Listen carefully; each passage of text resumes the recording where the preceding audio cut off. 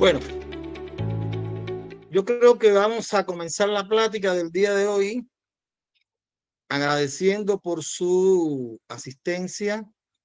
Primero que todo, agradecer a Eureka Consultores, que ha tenido la gentileza de invitarnos a dictar un curso de metodología de la investigación con enfoque cuantitativo y que justamente, bueno, es la segunda vez que nos invitan a dictar este tipo de curso.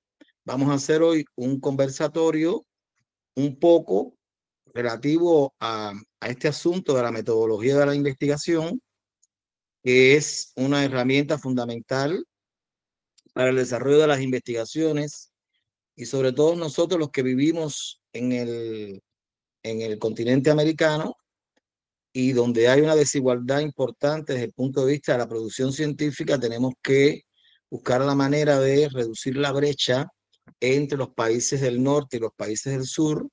Y bueno, todo este tipo de actividades formativas en investigación son muy importantes. En un minuto empiezo la plática, estoy dando lugar a que haya un poco más de participantes y les pido que cualquier inquietud que tengan, cualquier duda, yo tengo preparado aquí una tablilla con una serie de hojas para ir anotando las principales preguntas que aparezcan y eh, hacérsela, o sea, contestársela en la medida de lo posible. De todos modos, le voy a dejar mi dirección de correo electrónico, la que más uso. La van a ver en la primera diapositiva. Pueden copiarla o sacarle una captura de pantalla para que la tengan y cualquier inquietud se pueden comunicar por ahí.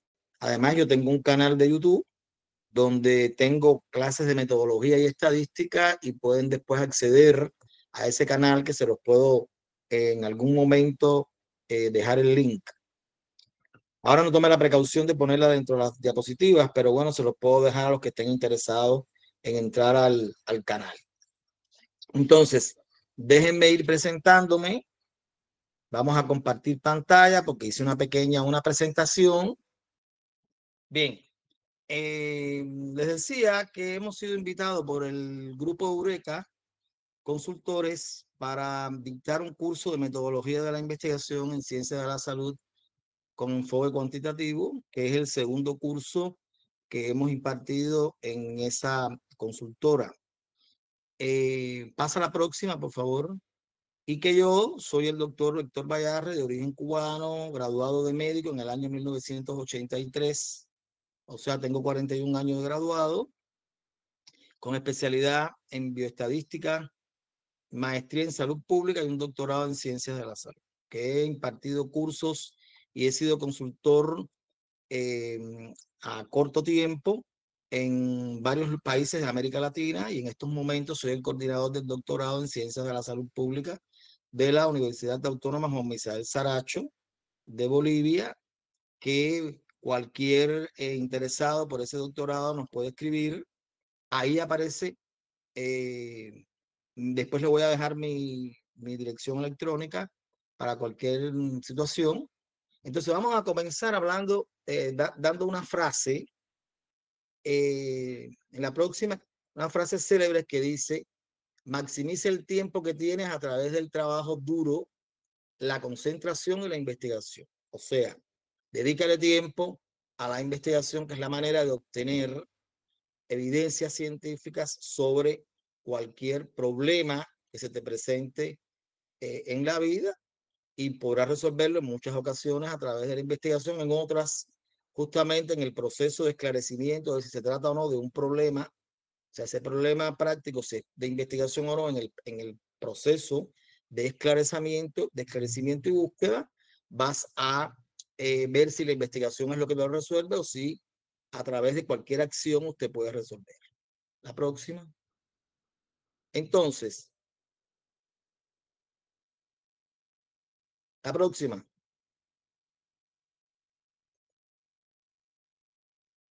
¿Por qué hacer investigación desde una perspectiva cuantitativa? Bueno, hoy los enfoques que se usan para investigar suelen ser prioritariamente el cuantitativo, pero ya el cualitativo y sobre todo el mixto han ido ganando en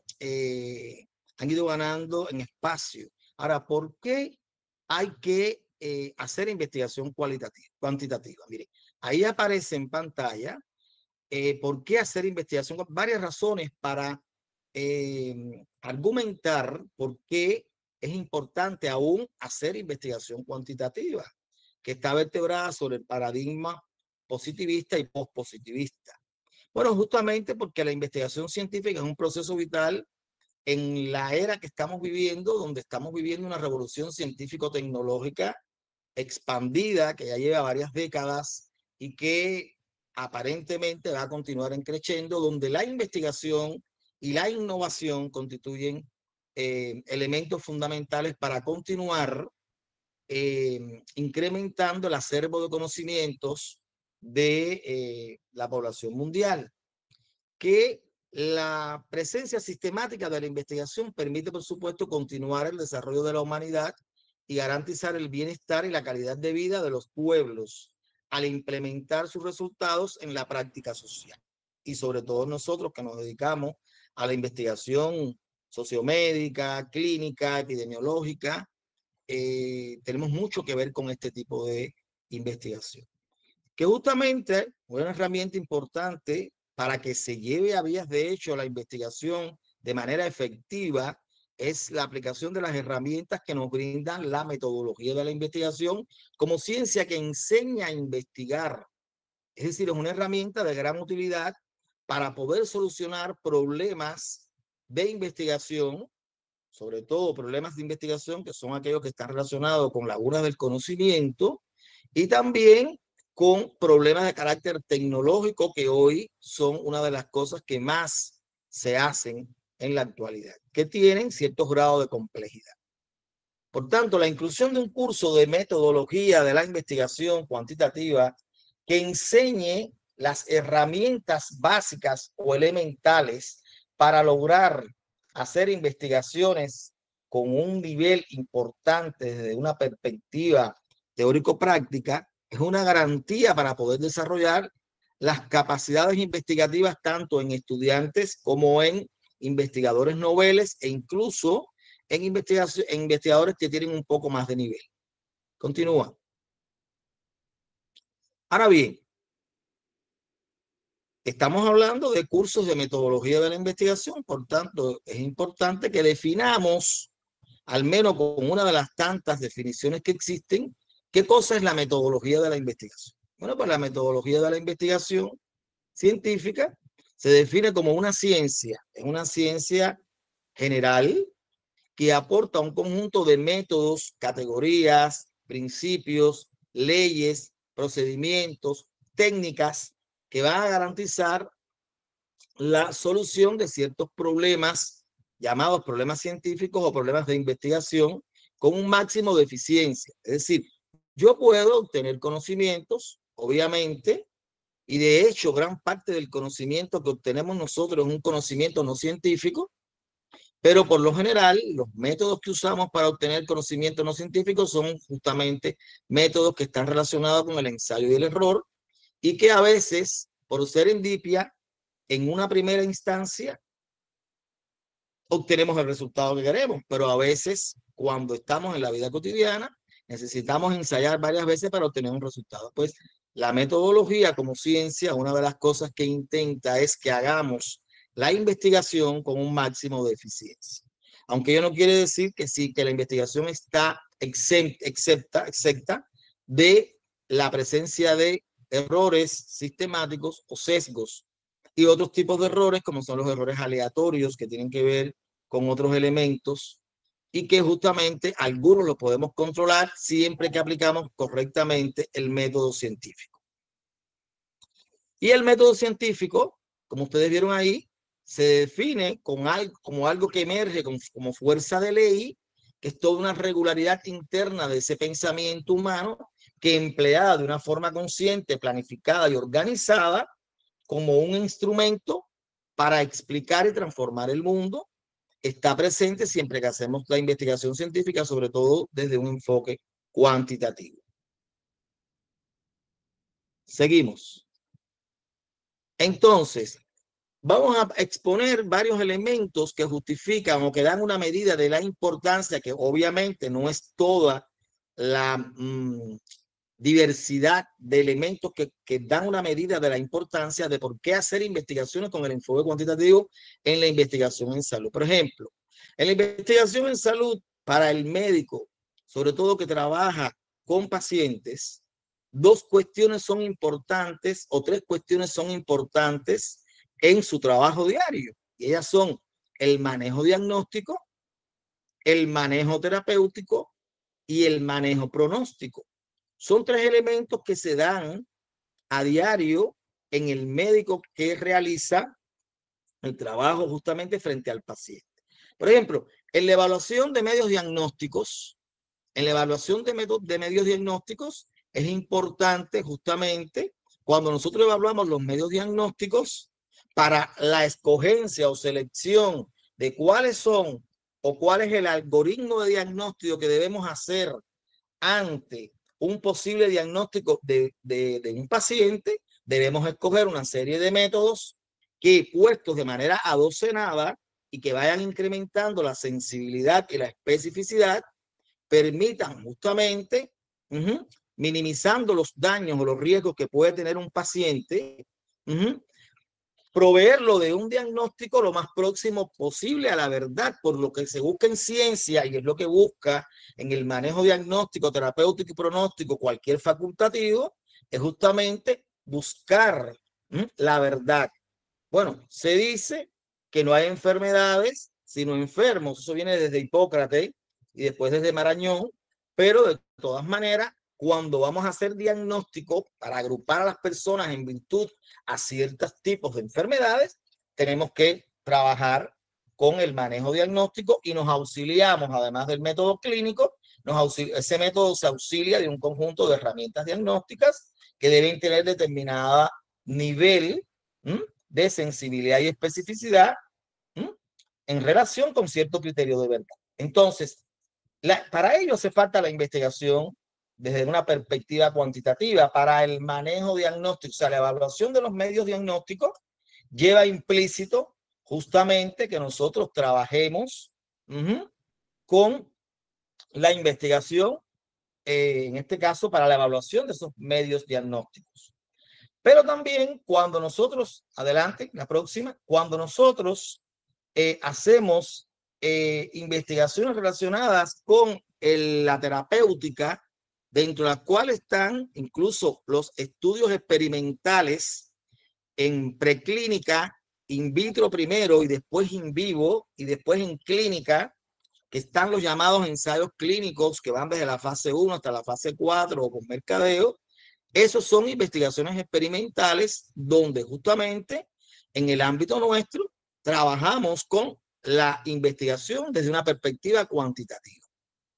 Incluso esos diseños son de los diseños más rigurosos, de los diseños que desarrollan una metodología más cercana a la experimentación en las ciencias exactas, aunque ustedes saben que sobre todo por determinados elementos de carácter ético, estos ensayos nuestros no pueden tener las mismas características exactas que los ensayos o los experimentos en el ámbito de las ciencias exactas. Les decía también, o sea, que estamos viendo en el manejo diagnóstico, en el manejo terapéutico, también se utiliza la investigación científica en la evaluación de factores pronósticos. La próxima, factores pronósticos. También se observa justamente este asunto. En ese sentido, una cosa es evaluar factores pronósticos cuando los sujetos ya están enfermos, y en epidemiología también están los estudios de factores de riesgo, que son investigaciones generalmente observacionales,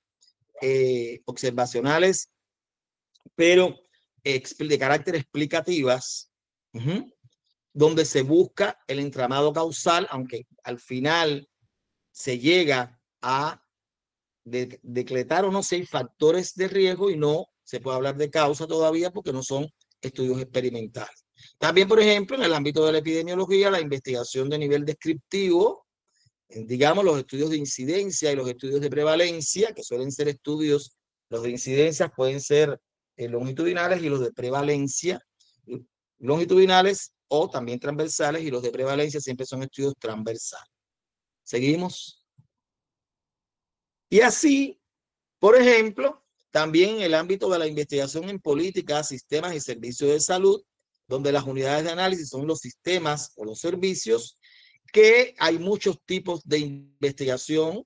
Por ejemplo, investigaciones que están relacionadas con la calidad de la atención médica, y otros tipos de investigaciones que van encaminados al perfeccionamiento del trabajo que se da en las instituciones de salud, independientemente de los niveles de atención. Puede ser desde el primer nivel de atención, hospitales del segundo y tercer nivel de atención, en fin, en todos ellos, para mejorar el trabajo, solemos asirnos de la investigación en política, sistemas y servicios de salud, que son investigaciones donde las unidades de análisis son justamente los sistemas o los servicios. Todo lo que hemos planteado hasta ahora son justamente o tiene que ver con evidencias de la importancia de este tipo de investigación hoy, a día de hoy, en el ámbito de la investigación clínica básica y de la salud pública. La próxima. Ahora bien,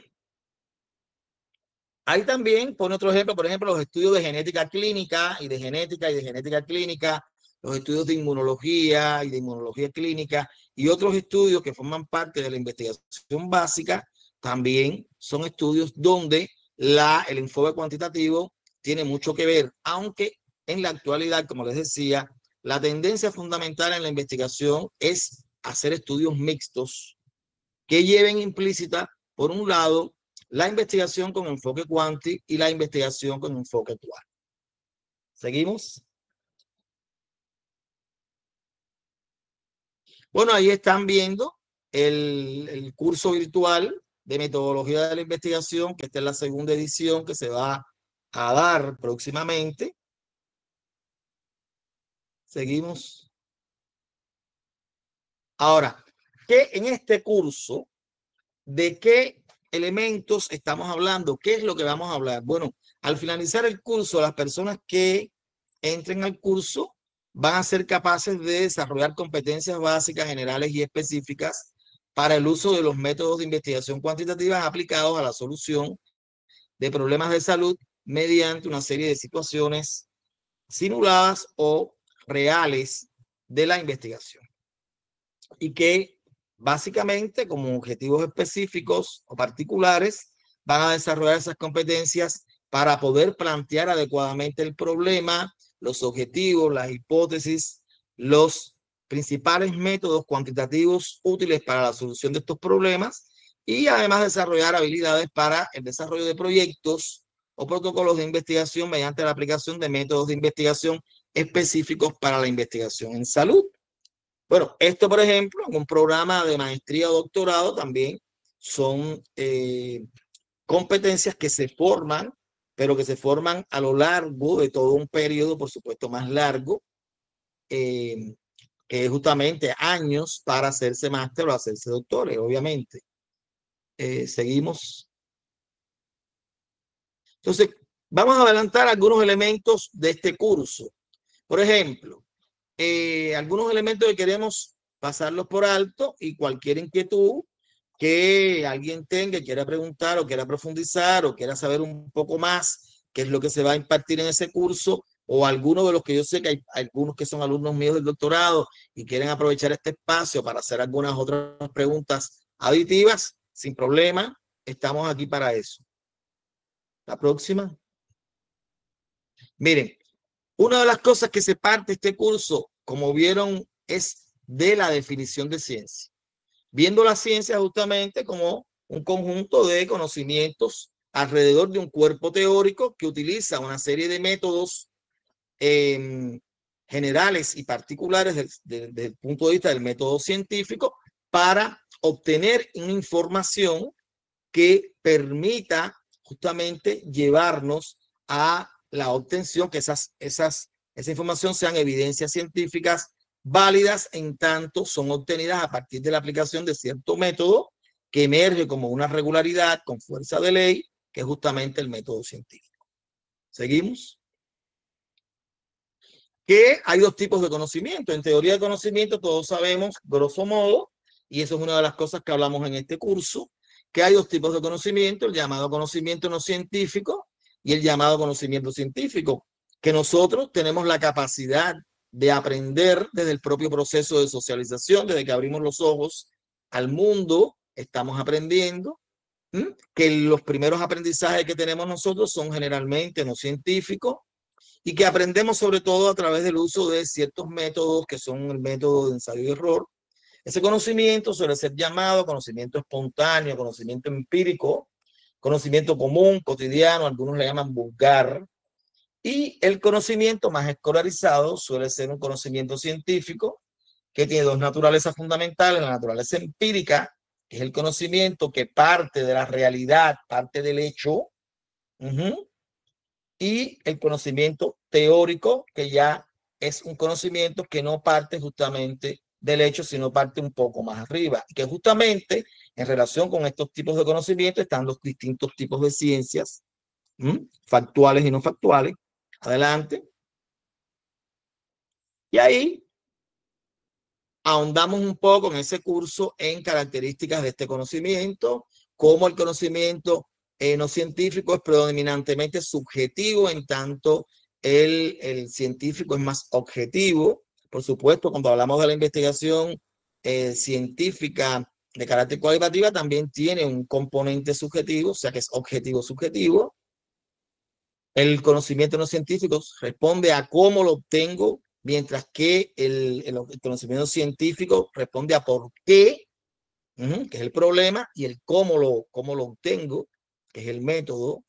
El conocimiento no científico es un conocimiento práctico, mientras que el conocimiento científico suele ser teórico y práctico. Es más inexacto el no científico, más preciso el conocimiento científico. El no científico usa un lenguaje cotidiano, el conocimiento científico usa un lenguaje especializado que debemos estarlo puliendo tanto en el discurso oral como en el discurso escrito. O sea, hay que aprender a escribir los informes científicos con un lenguaje científico que no es justamente el lenguaje literario, por supuesto, no es el literario. Adolece de una serie de recursos literarios que se usan en el otro, que tiene una característica importante, que es la economía de palabras.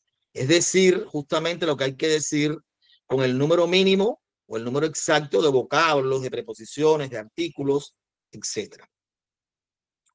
Que, por supuesto, el conocimiento científico es universal, mientras que el conocimiento no científico suele ser un conocimiento válido para algunos. Que se basa el conocimiento científico en la fe o en la confianza y el científico en la comprobación. Y generalmente obtenemos el conocimiento científico por ensayo y error, por azar, y el otro, el científico, se obtiene mediante la aplicación de un método que emerge como algo que rige el hacer para obtener la evidencia, y tiene un carácter además predictivo que no lo tiene el no científico. Próxima. Ya hablamos de método científico, puedes pasar esa. Y aquí, por ejemplo, que el método científico también hablamos en este curso de los tipos de método. Hoy hay una tendencia, por ejemplo, cuando hacemos el método del proyecto o el método de un informe final, a poner métodos que no son particulares, lo cual es justamente un grave error, porque justamente el método mismo de un proyecto, que de un informe de investigación, que de una tesis, que de un artículo científico, es el que permite la replicabilidad o la reproducibilidad del documento o del diseño, y si eso no está explicitado a través de los métodos particulares, entonces sencillamente nadie puede repetir ese método, porque si yo hablo de métodos generales o de métodos generales generalmente, y no aterrizo ese método, nadie puede repetir, nadie puede replicar ese método que es una de las características que debe tener cualquier método, lo mismo en un proyecto, que en las diferentes formas de comunicación de los informes finales, llámese informe final de investigación, llámese tesis, llámese artículo científico. Seguimos. Que en general los métodos que utilizamos en la investigación de nivel empírico, estamos hablando ya de métodos de un nivel empírico, son la observación, la medición y la experimentación. Y que en dependencia con el método que yo uso, hay clasificaciones de las investigaciones que se imparten en ese curso que se relacionan justamente con el método predominante. Por ejemplo, cuando hago un estudio experimental, obviamente uso el método de experimentación, pero la experimentación también, por ejemplo, en las diferentes taxonomías, tienen diferentes niveles de expresión. Está el preexperimento, que se usa mucho en la investigación educacional o educativa y pedagógica, que es el sujeto con su propio control, o sea, no hay controles. Está el cuasi experimento y el experimento, cuya diferencia está en la asignación aleatoria en el caso del experimento y la asignación no aleatoria en el caso del preexperimento. Y son maneras distintas. Que en la investigación cuantitativa la medición emerge con un método que está presente en cualquier investigación de carácter cuantitativa, por eso es que ustedes ven que en los diferentes ejes taxonómicos no aparece la medición como método. Y la observación justamente se ve en múltiples investigaciones que utilizan sobre todo que tienen como técnica fundamental un grupo de técnicas que son de carácter indagatorias, que utilizan la observación como técnica. De hecho, las investigaciones observacionales pueden ser de carácter descriptiva o incluso exploratoria, pero también puede ser de carácter explicativa a través, digamos, en epidemiología, de los estudios de casos y controles y de cohortes o transversales de nivel analítico, que es un nivel explicativo observacional. Y hay una serie de métodos teóricos que se dan más en la investigación de nivel teórico, como los que aparecen ahí, que no son objeto de este curso, por lo menos de desarrollarlo, porque prácticamente lo que más hacemos nosotros son investigaciones de un nivel empírico. La próxima. Y entonces caemos en qué cosa es la investigación científica. La investigación científica es justamente la vía que tiene la ciencia para incrementar su acervo de conocimientos. Y que esa vía que tiene la ciencia para incrementar su acervo de conocimiento mediante la producción de evidencia científica, al aplicar el método científico en su quehacer, es todo un proceso, es decir, tiene un carácter procesual que va desde la planificación hasta la comunicación de los resultados, llegando a la implementación de los resultados en la práctica social, que fue la que generalmente en una investigación de un nivel empírico es la que genera la necesidad de encarar justamente la problemática. ¿Ok? Por tanto, fijar siempre, y es un elemento que siempre, en el que siempre enfatizamos en cualquier curso, que la investigación tiene un carácter procesual. No es algo que se da en un momento rápido, sino que ya lleva todo un transcurso, al margen de que sea una investigación transversal.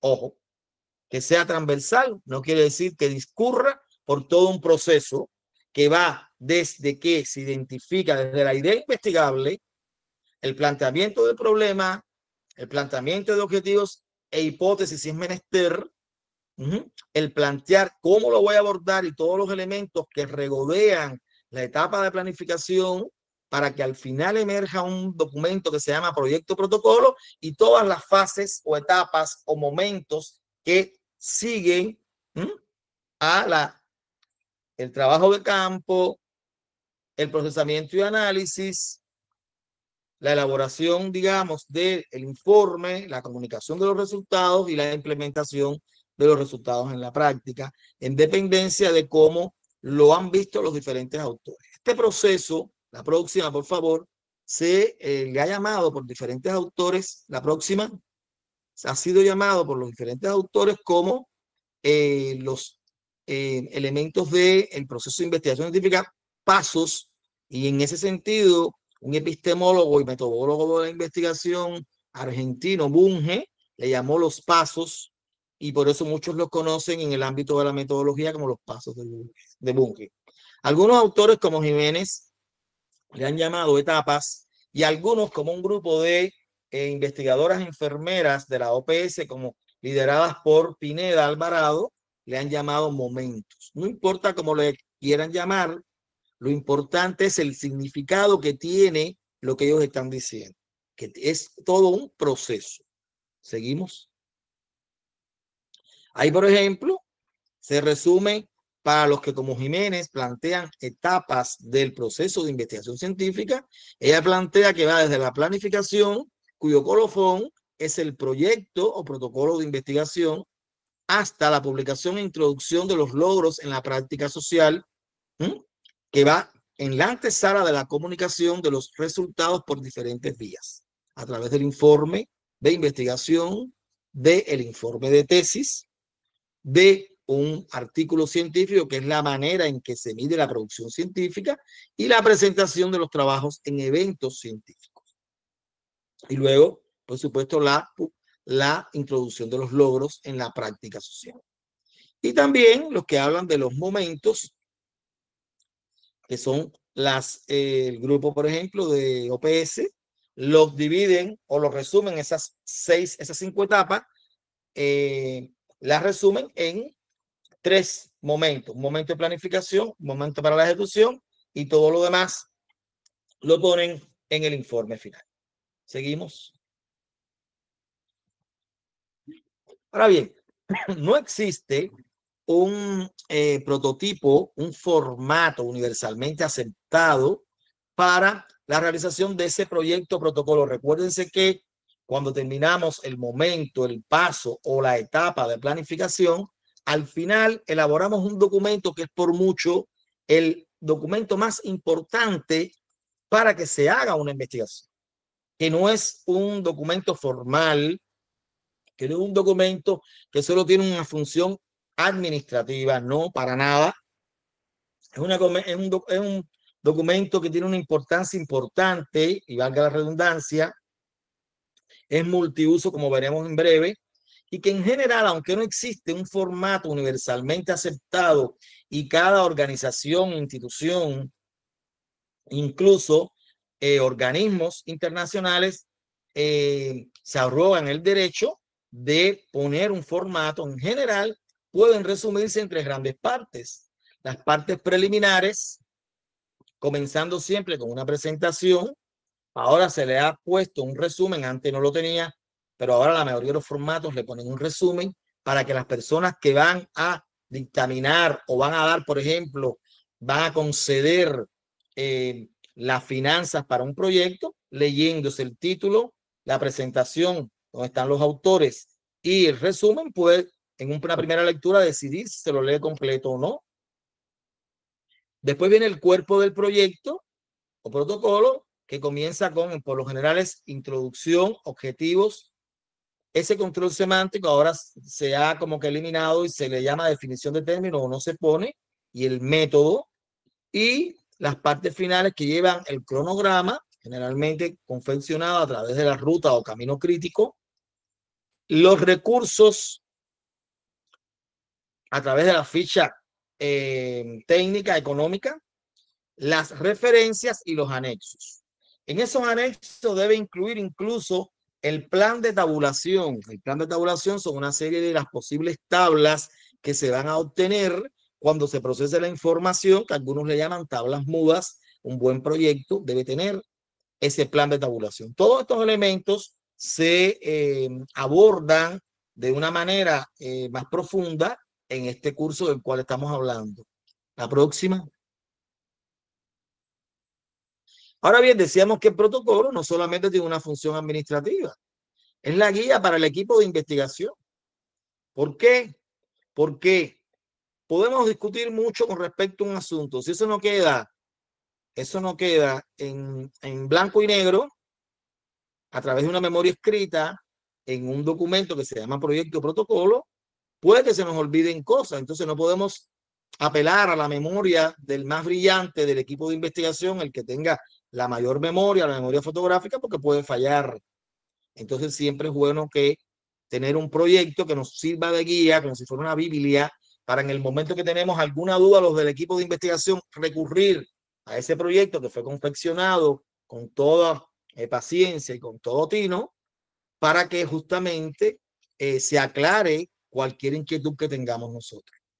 Por otro lado, en cualquier situación extrema en que el equipo de investigación no pueda continuar con la investigación porque ocurrió un desastre y perecieron todos los investigadores o porque los investigadores se fueron de la institución que respalda ese proyecto, bueno, tiene que servir ese documento como una guía que garantice la continuidad del proceso y que todos los recursos que se invirtieron no se pierdan, porque los proyectos de investigación y las investigaciones cuestan. No se investiga por curiosidad, sino se investiga por necesidad. Necesidad que significa la existencia de un problema, es decir, se investiga porque hay un problema que investigar y es lo que se quiere solucionar por conducto de la investigación.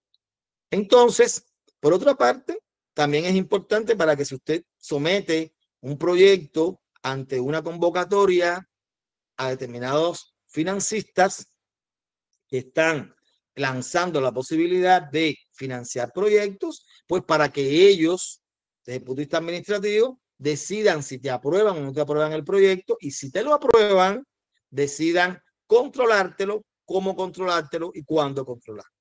Al menos estas tres funciones son funciones de un proyecto, por tanto, deviene como un documento súper importante. Sin un buen proyecto, olvídese de una buena investigación. O sea, que no se hace un proyecto a la ligera, a tontas y a locas, sino que se hace un proyecto justamente desde una manera bien razonada, con profundidad de análisis. Por eso es que se somete a diferentes aprobaciones, incluyendo la que tiene que tener del comité de ética, porque hay una serie de elementos éticos en la investigación, sobre todo cuando se trabajan con sujetos humanos y con animales, que deben cumplirse para poder llevar a vías de hecho este proyecto. Adelante.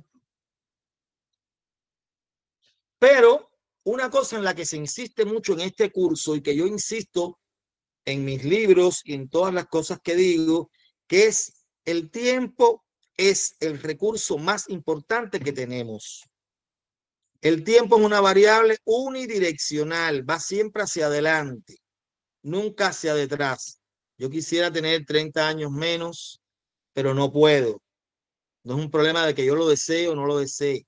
Es un problema de que no se puede, porque el tiempo como variable es unidireccional e irreversible. Por tanto, el tiempo que perdamos no lo vamos a recuperar. Entonces, no actúe nunca a la ligera.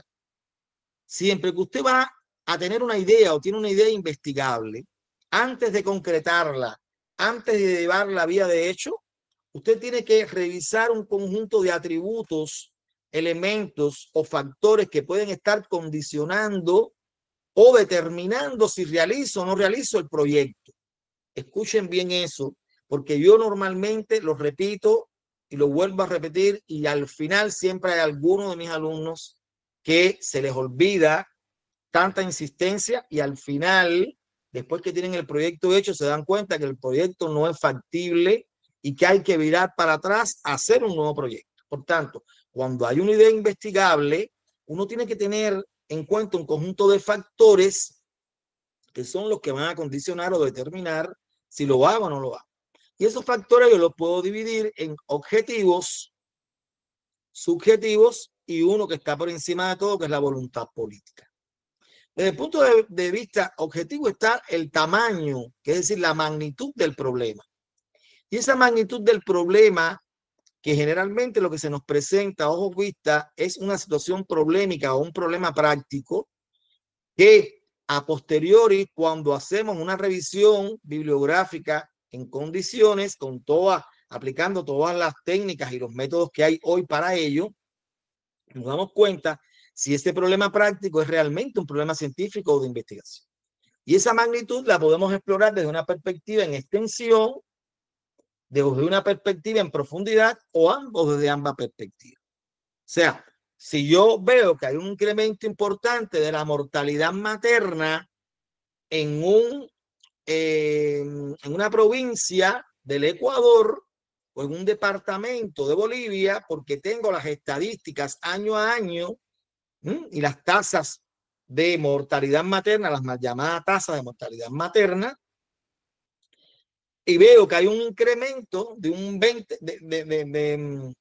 de 20 por 100.000, o 20 por mil nacidos vivos, justamente yo tengo que pensar en que ahí está ocurriendo algo y que eso puede ser una brecha para la investigación. Yo no estoy seguro si eso se resuelve con la investigación. Cuando yo empiezo a averiguar es que yo me doy cuenta si eso es algo que debe ser resuelto por conducto de la investigación, o por lo menos descubierto por conducto de la investigación, o sencillamente con algunos cambios administrativos se puede resolver. Pero ahí hay un problema de magnitud.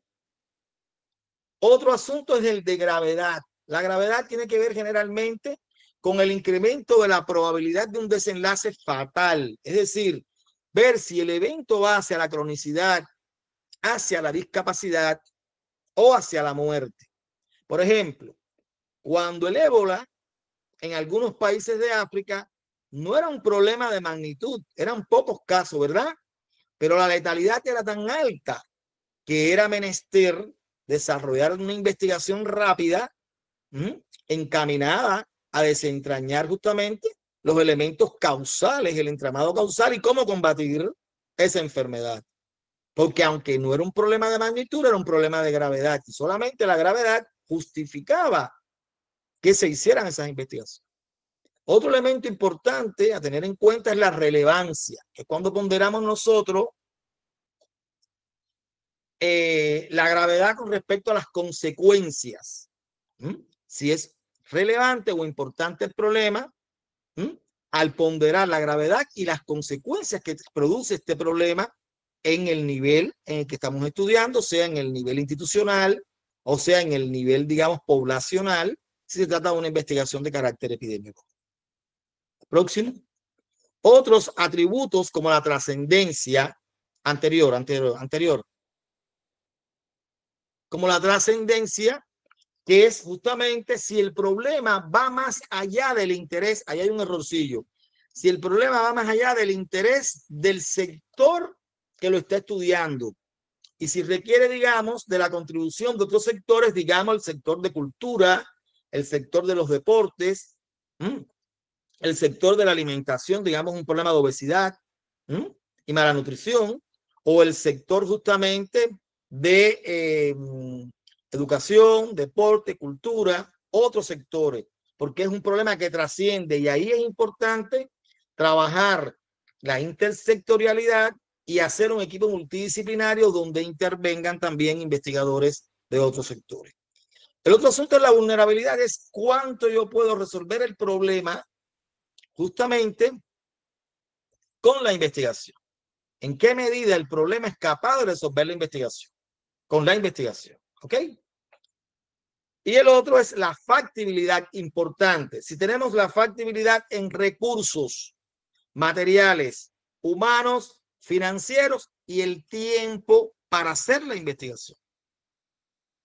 Si nosotros no tenemos ni los recursos materiales, ni humanos, ni financieros, ni tiempo, no podemos abordar la investigación porque no es factible desde alguna de estas perspectivas o desde todas estas perspectivas.